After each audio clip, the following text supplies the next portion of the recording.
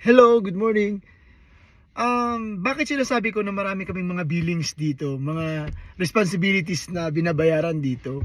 Kasi hindi kami libre sa accommodation. 'Di ba other na mga Filipino natin sa ibang bansa, libre yung accommodation nila, libre yung pagkain nila, kuryente, ilaw. So hindi na nila binabayaran 'yan. Kumbaga malinis na yung sahod nila. Unlike sa amin dito, parang kagaya lang din sa atin pag nagbo-board tayo sa Pilipinas, kung malayo yung bahay natin sa tatrabahuan natin, 'di ba nagbo-boarding house tayo.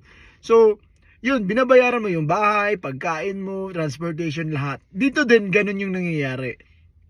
Sa bahay, transportation, pagkain, clothing allowance mo,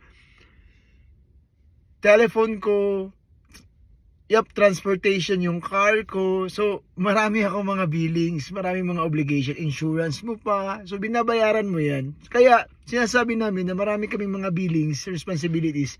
Kasi lahat dito binabayaran. Walang libre dito sa bansang Canada. Kaya, nasasabi ko na ang dami-dami kong mga responsibilities. Totoo naman talaga kasi binabayaran mo lahat yan. Walang libre sa sinabi ko. Kaya, yun, napupunta din, malaki naman sahod namin kung tutusin. Pero, syempre, nagbabayad ka dun lahat. Kaya, nadi-divide lang din. So, yun yung sinasabi kong marami kaming mga billings sa bansang ito. Until next time!